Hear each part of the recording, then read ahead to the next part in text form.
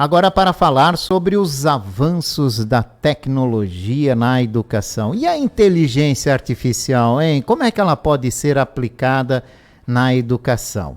Recentemente, o diretor da Escola Barão do Rio Branco, especialista em educação, Marcos Silva, viajou até o Vale do Silício para conhecer como é que está esse avanço tecnológico e o que pode vir pela frente.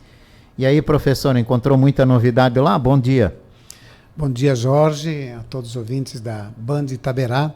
Obrigado pela convite e oportunidade. Sim, nós tivemos esse convite institucional de participarmos de uma formação e de uma imersão no Vale do Silício, que muita gente do setor produtivo, tecnológico, educacional já ouviu falar, porque é uma região, é um vale fomentador das tecnologias, dos processos produtivos, dos serviços e também da área educacional, porque lá nós temos duas grandes universidades, entre outras, mas duas que se destacam mundialmente, no sentido de ajudar a promover o desenvolvimento econômico, não só para a Califórnia, mas para o mundo, porque esse é o objetivo do Vale do Silício. E são duas universidades conhecidas, o desejo de muita gente de estudá-la, e que eu também teria, né? Talvez, né, que é a Universidade Stanford, de Palo Alto, e a Universidade Berkeley, que é a Universidade da Califórnia, que eu tive a oportunidade de conhecer e aprender um pouquinho também do que por que os alunos do mundo inteiro, de todos os países do mundo, praticamente há estudantes lá, por causa dessa referência mundial. Mas assim, Jorge, a gente percebe, claro, o Vale do Silício é uma exceção, e eles estão muito na frente do que nós chamamos de processo produtivo, de desenvolvimento e o próprio processo educacional que nós temos no Brasil. E lá eu percebi e aprendi nos cursos que muitas questões tecnológicas e de processos nem chegam no Brasil, porque talvez elas tenham uma durabilidade de 5 anos e para 5 anos já se passou, já surgem novas possibilidades, e se essas não chegaram aqui, não vão chegar também. Isso é muito comum, né? Mas penso que a questão educacional nossa, e aí fazendo uma reflexão, o Brasil é um país, e os próprios indicadores mundiais demonstram isso. Nós temos uma precariedade de formação enorme na educação fundamental, no ensino médio, já histórico, essa defasagem, e, consequentemente, nós passamos a ter uma defasagem muito grande no ensino superior, principalmente nos últimos 15 anos, e em função, em grande parte, em função da educação à distância, do ensino virtual, e isso vai afastando e distanciando o Brasil dos países do mundo. Prova que os últimos indicadores de dezembro do ano passado sobre o desenvolvimento educacional nos apontam que nós estamos praticamente nos últimos lugares, e especialmente naquilo que a tecnologia requer, que é o conhecimento das ciências exatas, o conhecimento das ciências. Isso é muito importante hoje, e muitas escolas, muitos países do mundo trabalham dentro da linha que eles chamam STEAM, que é a questão das ciências, da matemática, das ciências exatas, né? E das tecnologias e da iniciação às engenharias, né? E esses estudos no Brasil, eles são muito precários, historicamente falando, e culturalmente nós temos dificuldade, e por isso, se perguntar, Jorge, para cada 10 alunos, tanto do fundamental quanto do médio e até do superior, tirando o pessoal da engenharia, qual é a disciplina que eles menos gostam, ou que detestam, ou gostariam de não fazer? Eles vão responder o quê? Matemática. Pois é. Por causa da questão do raciocínio, da lógica, do pensar. Então, dentro do desenvolvimento do Vale do Silício, a gente vê que esses componentes curriculares, eles são altamente desenvolvidos, e as pessoas do mundo inteiro que vão para o Vale do Silício já vão também com esse pensar da lógica, do raciocínio e da comunicação assertiva. E como é que eles trabalham a tecnologia na educação, professor? Hoje, na verdade, assim, ó, todas as tecnologias, elas são recursos para facilitar e favorecer a aprendizagem. Quando eu falo facilitar, ela é para facilitar também o trabalho do professor, para que o professor ganhe mais tempo e esse professor tenha mais disponibilidade para trabalhar a mentoria com o aluno, propriamente aquilo que o aluno precisa. Para o aluno também é um recurso que facilita, eu não vou dizer abrevia, mas facilita muito também, inclusive, no ganho de tempo. E facilita também para entender os processos. Quanto mais recursos eu também disponibilizar para o aluno e ele tenha conhecimento desse recurso. Porque se ele não tiver conhecimento do recurso, não vai resolver. É a mesma coisa que eu dar um lápis na mão de uma criança que está aprendendo a escrever. Se você não ensiná-la a escrever, não adianta eu ter dado o lápis. Mas quem era o recurso? Era o lápis. Então, assim, a tecnologia como um todo, ela dispõe de muitos recursos. O que nós temos hoje também é uma dificuldade enorme, inclusive na formação dos professores, que os professores também não conhecem os recursos e quando não conhecem, quando os têm, não sabe como aplicar. Portanto, ele não ganha tempo com isso e o aluno não tem a sua aprendizagem facilitada. O que eu vejo também assim que esses recursos tecnológicos, eles praticamente diminuem em 80% as aulas expositivas, as aulas chamadas palestras, que para uma criança ou adolescente, isso não faz muito sentido um professor ficar 40 minutos falando, porque o poder de concentração e absorver o conhecimento de uma criança hoje é de 5 minutos. Depois ele tem que fazer alguma coisa e depois retomar mais 5 minutos. E do adolescente não passa de 12, 13 minutos também. Ele precisa disso. Então, por isso que eu falo isso. Quando o professor tem mais tempo para trabalhar o uso de recursos, ele vai ter tempo mais para a mentoria. A mentoria é quando o aluno está produzindo, ele está fazendo, seja de forma individual, ou em grupo, ou em duplas, ou em trio. Aí ele aprende, porque ele vai fazer, ele vai demonstrar, ele vai apresentar. Então você está tendo uma aprendizagem completa, porque o aluno, ele demonstrou que ele sabe fazer, que ele fez, e ele sabe reproduzir para outros o que ele aprendeu. Então, a avaliação ela é feita aí também. Então, tu não precisa depois marcar provas para cobrar aquilo que você aprendeu um mês atrás. O aluno, na hora, já demonstra o que tem feito. Então, as tecnologias favorecem isso, e isso é oportunizado muito naquela região. Claro, nós estamos falando do Vale do Silício, que é uma região tão diferenciada. E, como ela, poucas no mundo podem ser comparadas, e aqui falando em processo educacional e pelos resultados do PISA, que é feito pela Unesco, a gente vê que o mundo asiático ele está mais pontual na evolução, que não é de agora. Isso vem desde a Segunda Guerra Mundial. Portanto, já é um processo que passa de 60 longo, anos, né? de priorizar os processos educacionais, de priorizar a formação, onde que a escola tem uma relevância muito grande para a sociedade, onde o professor é tratado como autoridade. Em muitos países se faz isso. O professor não é tratado como coitado e nem como vítima ou vitimização, como nós temos muito também. Então, isso tudo faz diferença que lá a gente não encontra. E a outra coisa que eu aprendi bastante é que tanto o professor quanto a escola tem que ter uma comunicação mais assertiva. Né? E a comunicação mais assertiva hoje não significa falar mais, mas falar aquilo que precisa no momento certo e na hora que é necessário. Que toca, né? E sensibilize acima de tudo e consiga chamar a atenção.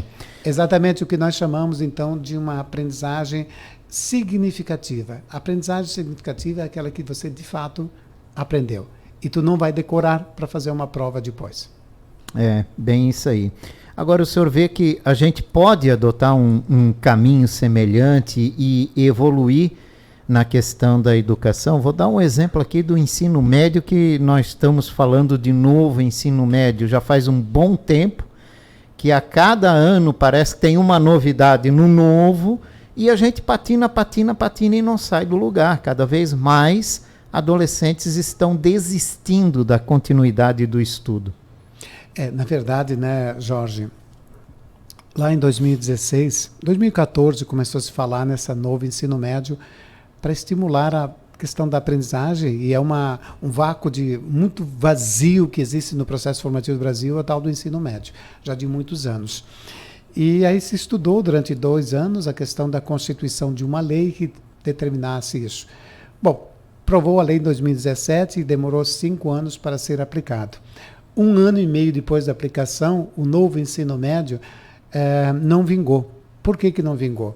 Porque precisaria de mais investimentos nas escolas, investimentos de recursos tecnológicos, principalmente, formação de professores, e aí, com isso tudo, veio um movimento dos governadores do Brasil, que quem deveria investir seriam eles, e se aliaram em muitos estados à própria associação, e às vezes de professores que não queriam a mudança, queriam o conservadorismo, e agora 1 ano e meio, 2 anos depois, a semana passada foi aprovada uma nova lei, ou seja, o novo voltou a ser velho e mais velho daquele que tinha até 2017. É verdade. Então, assim, um retrocesso de todo tamanho.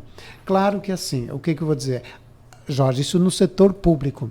As escolas privadas, como sempre, continuam fazendo ensino médio diferenciado em sua grande maioria. Claro que muitas escolas privadas, a gente tem que falar a verdade também, elas são caça-níqueis, elas querem lucro, elas querem dinheiro, a gente sabe disso. Mas uma grande maioria absoluta são muito comprometidas e sérias com o processo educacional, porque são escolas históricas, desde lá de 70, 80, 90, 100 anos atrás, né, que começou inclusive com muitos pelos movimentos de igrejas católicas, luteranas e outras que constituíram as suas escolas, né, e outros grupos privados que vieram depois com muita seriedade também. Essas escolas fazem ensino médio de verdade, ensino médio competitivo. A prova é que se, Jorge, nós pegarmos o resultado do PISA, feito no ano passado, os dados estão lá, é só pegar. Se você pegar só as escolas privadas do Brasil, porque foram 1.600 alunos que fizeram de escola privada e mais 10 mil e pouco das escolas públicas. Sabe qual a colocação que nós ficaríamos no mundo? 11º. Se pegássemos só as escolas privadas, nós ficaríamos em 11º. Em 11º significa você estar no topo mundial de educação. Então, as escolas privadas, em sua grande maioria, estão no topo mundial. Então, não é muito diferente o que nós trabalhamos aqui, trabalhamos na Europa, e eu já fui também conhecer em outros países. Então, as escolas privadas sérias no Brasil, elas têm nível internacional. E hoje, fazendo um grande diferencial, se você pegar em Blumenau, você vai ver algumas dessas escolas trabalhando de forma internacional o contexto da formação. Ou seja, certificações, dupla certificação. Que isso também dá um outro mérito para a escola e para quem está se formando. Que é aí que nós precisamos ter esses jovens para esse mundo do trabalho, que nós falamos que é o mundo do conhecimento, onde que você não trabalha mais para uma cidade, você trabalha para o mundo. Tu não trabalha mais para o Brasil, você trabalha para o mundo. Assim é a questão. Esse jovem tem que saber falar outro idioma, falar, interpretar, ter comunicação assertiva. Ele tem que conhecer as tecnologias do mundo. Então, isso nós já temos hoje com muitas escolas implantando e fazendo isso. Porque as profissões, eu ouvi, até trouxe alguns dados aqui importantes para verificar assim. Qual é o ramo de empregabilidade que mais cresceu no Brasil nos últimos 2 anos? É o ramo justamente de quem usa tecnologias avançadas. A empregabilidade passa de 34% de crescimento em 2 anos. Né? Se perguntar também assim, muitas profissões, em função disso, vão desaparecer, algumas não totalmente, mas muitas profissões que hoje existem em qualquer lugar do mundo vão desaparecer por conta dessa questão da mudança do conhecimento, da tecnologia e do próprio uso da linguagem internacional de outro idioma. Funcionários de banco vão começar a desaparecer, vai ficar só alguns, funcionário de correios, esse tipo de empresa, caixas de cobradores de qualquer situação, escriturários, por que isso tudo? Eu podia colocar aqui assistentes, secretários executivos, por quê? A tecnologia, através da inteligência artificial, vai substituir essas pessoas. Essas pessoas precisam o quê? Voltar a estudar para se inserir em outro contexto de trabalho mundial. Então, Você falou há pouco sobre a inteligência artificial. A inteligência artificial, ela é mais um recurso. Só que assim, quando aparece um recurso que eu não domino, ele é logo o quê? Colocado como bichinho feio, eu tenho medo, isso aí é um demônio, vamos ficar longe. Por que eu falo isso? Porque eu não conheço, eu não domino, então eu prefiro me afastar. É igual quando você fala a palavra mudança. Todo mundo reage. Eu estou dizendo todo mundo, falo 99%. Se tu falar assim, ó, vamos mudar o trânsito da rua Castelo Branco, que é no sentido norte, dizer agora ela vai para o sul. A maioria critica, né? 99% no começo vai contra. Por quê? Porque tem a palavra mudança, a gente reage. Mesmo sabendo que vai ser melhor, digamos, as pessoas reagem. Eu tive esse exemplo na Escola Barão, há uns anos atrás, quando mudaram o trânsito da Rua Nereu, porque ela vinha tudo no sentido bairro-centro. Agora é o contrário. Mas no começo todo mundo criticava, mas a gente ouvia como a gente fosse culpado também porque tem ali a escola. Hoje, pergunta quem é favorável, quem é contra ainda. Mas a mudança, então assim, a inteligência artificial ela tem uma reação muito grande de grande parte dos professores, dos educadores e grande parte das escolas. Por quê? Elas não conhecem, elas têm medo, elas têm que aprender. Ali agora, é o temor, né? Muito grande. Professor. Agora, se tu ir conversar com os adolescentes e jovens, eles já sabem, eles já usam esse recurso. E não é um recurso para facilitar, digamos assim, para ganhar nota fácil. Não, porque tu não pode tentar enganar a inteligência artificial. Agora, nem tudo que está na inteligência artificial é aí que está o importante. É verdade. Porque a inteligência artificial vai captar as informações que você tem no mundo e vai te trazer aquelas informações, e hoje é importante porque já vem até as referências bibliográficas da onde ela buscou. Agora, cabe a mim saber se aquele conhecimento é verdadeiro ou não, se ele é científico ou é apenas um experimento que alguém fez lá e publicou e a inteligência trouxe. Então, por isso que eu estou dizendo, para você aceitar aquilo é muito fácil. Agora, para tu dizer que aquilo ali não é verdadeiro, você tem que conhecer. Então, vamos pegar assim, ó, na medicina, na área da saúde, talvez é o que mais tem artigos e informações no mundo hoje recentes. Mas quantos são verdadeiros? Talvez nem a metade. Então, cabe ao professor, ao médico, qualquer profissional dizer, não, isso aqui não é verdade. Então, a inteligência artificial trouxe isso para você, mas não é uma formação, um conhecimento científico, ele requer conhecimento, aprofundamento. É isso que o professor tem que fazer. Se o professor de história ele não tiver um conhecimento amplo das várias correntes da história, ele vai dizer que qualquer coisa que você trazer é verdade, que a inteligência artificial traz. Agora, ela tem que ser bem aproveitada, assim, porque a inteligência artificial, ela te favorece muito, não só nas escolas, em qualquer trabalho hoje vai facilitar. Eu diria, no serviço público, seria um grande avanço se as prefeituras, se o governo dos estados tivesse a coragem de implantar a inteligência artificial para favorecer os processos, para auxiliar e ajudar a população. Olha, ajudaria muito. Principalmente nessas questões de pesquisa, né? E avanços aí de tempo acima de tudo, né? De tempo, sim. A inteligência artificial te tira... De cada 3 empregos, ela te tira 2, ou seja, 1/3. Então, quem que vai sobrar para trabalhar com a inteligência artificial? Quem tem mais conhecimento, quem domina. Exatamente. E essas outras pessoas, essas outras 2, digamos, elas têm que voltar a estudar, como eu falei buscar um novo conhecimento. Buscar um novo conhecimento ou se aprofundar da inteligência artificial. Mas que eliminaria bastante gente no serviço público burocrático do país, com certeza. E sobraria muito mais dinheiro para as prefeituras e os governos investir na saúde, segurança e na educação. Tomara, né? Sabe que quando sobra dinheiro público a gente fica preocupado, né? Alguma coisa às vezes não está acontecendo. Governo com lucro é um problema, né?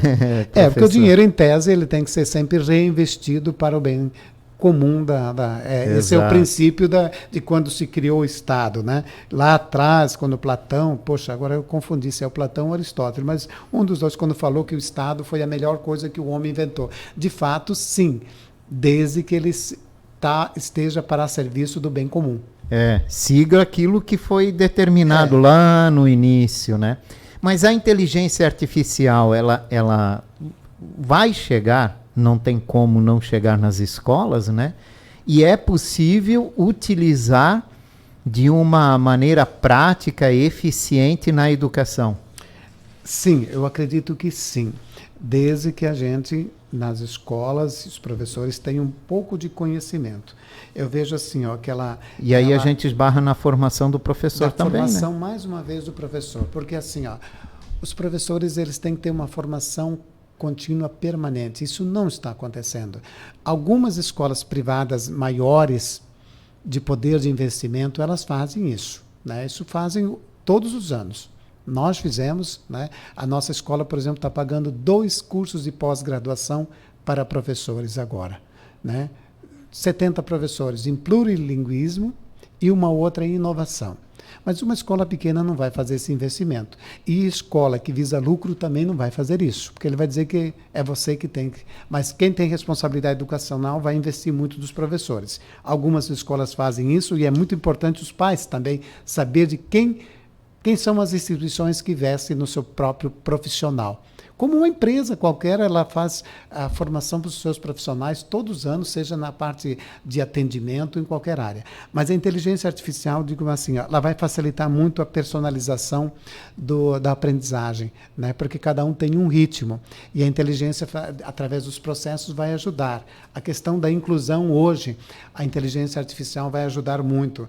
A questão dos processos de escola, de avaliação, a inteligência artificial ajudaria muito, não só o aluno, mas ao trabalho do professor, como eu falei há pouco, porque ele teria mais tempo para se dedicar à mentoria. E hoje, se a gente observar, vamos começar a inverter umas coisas. Os processos avaliativos das escolas, né? E na nossa escola também é feito assim, em grande parte, mas temos que mudar a curto prazo. Quem faz as perguntas sempre para ver se você aprendeu ou não? Quem faz a pergunta é a escola ou o professor. Nós temos que inverter grande parte dessas perguntas. O aluno tem que saber fazer a pergunta também. E se ele não souber fazer pergunta, ele não vai saber responder também. Então, esses são processos que a inteligência artificial ela vai ajudar bastante nesses processos que a gente fala de controle. A inteligência artificial também facilita a questão da adaptação do aluno, a acessibilidade de mais conhecimentos, né? Porque o aluno pode trabalhar de forma também, porque cada um tem um ritmo. E isso facilitaria na sala de aula o professor trabalhar com grupos distintos. Claro que daí as salas também têm que ter uma dimensão diferente. E hoje tem que se repensar qual é o tipo de escolas. Eu fui ver qual é o tipo de escola, até de carteira que você precisa trabalhar. Como tu vai trabalhar em grupo se a tua cadeira ela é pregada no chão? Não tem? Se a tua mesa é pregada no chão, né? Então, só pegar um exemplo que vocês já ouviram falar da nossa escola, que está o projeto Barão do Amanhã, que nos próximos dias, graças a Deus, saiu a liberação para construção e vamos construir. É uma escola que se olhou todos esses aspectos aí já de alguns anos atrás, o que tinha em relação à inovação para trabalhar de forma diferenciada. E aí você tem que criar essas situações. Eu até trouxe lá para a minha escola um modelo de umas salas que eu vi lá nos Estados Unidos, que são salas altamente práticas para qualquer tipo de atividade. Aí você não tem um quadro fixo lá numa única parede, você tem um quadro que vai girar conforme o grupo onde você está trabalhando e o nível e o grau de aceleração dos alunos ou não. Então, a inteligência artificial ela traz muitas facilidades para a escola, no sentido de proporcionar algo mais dinâmico, mais interessante e significativo. Para o professor, traz uma ganha de tempo para ele se dedicar àquilo que é mais pontual de mentoria, e para o aluno, traz mais significação para ele na aprendizagem. E ele também tem um ritmo que ele vai desenvolver. Então, isso tudo traria como vantagem uma aprendizagem mais significativa, também baseado muito na questão que eu falei há pouco, das ciências, da iniciação da engenharia, da questão da comunicação assertiva, do empreendedorismo, hoje indispensável na formação de qualquer criança e adolescente, que eu aprendi lá e trouxe. Nós já temos no ensino médio, mas nós vamos começar também a mudar o nosso currículo para trabalhar empreendedorismo lá desde 4 anos de idade. Claro, com uma linguagem para isso. mas nós precisamos ter. Quando eu fui na Europa, eu verifiquei que lá os países da Comunidade Econômica Europeia, eles trabalham uma disciplina chamada economia, que na verdade é a educação financeira, é empreendedorismo, tudo dentro desse componente. Então você dá uma outra formação a partir da escola, né? Nos Estados Unidos, então, o que eu aprendi lá, de forma um pouco localizada, mas também tem muito essa questão do empreendedorismo, muito das ciências, da comunicação assertiva e do uso adequado dos recursos que nós temos. E não podemos confundir inteligência artificial com o uso das redes sociais. São coisas distintas. Redes sociais hoje muito mais atrapalham do que ajudam. E nas redes sociais você tem o conhecimento que, em grande parte, Jorge, é inútil e que tira de 2 a 6 horas por dia das pessoas, entre 2 a 6 horas por dia, para coisas inúteis que não servem nem para ele, nem para a sua família, nem para a sociedade, nem para a escola. Que isso nós temos que rever. Talvez se essas pessoas começassem a ler mais conteúdos que busquem na inteligência artificial, porque hoje ela está acessível, até gratuita, de forma básica para todo mundo, né? E usassem menos o WhatsApp, menos redes sociais, que daí nós começaríamos a mudar um pouco o conceito. Quando eu falei comunicação assertiva, para você ter comunicação assertiva, tu tem que ler mais. As pessoas têm que voltar a ler livros, ler opiniões, ler artigos, né? Isso está faltando bastante. E acabarmos com esse conhecimento da verdade absoluta de cada um. Porque cada um está criando o seu próprio conhecimento, a sua verdade absoluta, por isso que as pessoas também não aceitam discutir mais nada. Porque também não tem conteúdo para discutir além da sua própria verdade. E é isso que nós temos que começar a repensar, que as redes sociais no Brasil estão nessa ascensão e vai crescer muito, segundo os estudos e os que fazem pesquisa, pelo menos mais de 10 a 15 anos, isso vai crescer muito no Brasil, porque atrás disso tem uma comercialização de lucratividade para muita gente, então vai crescer muito.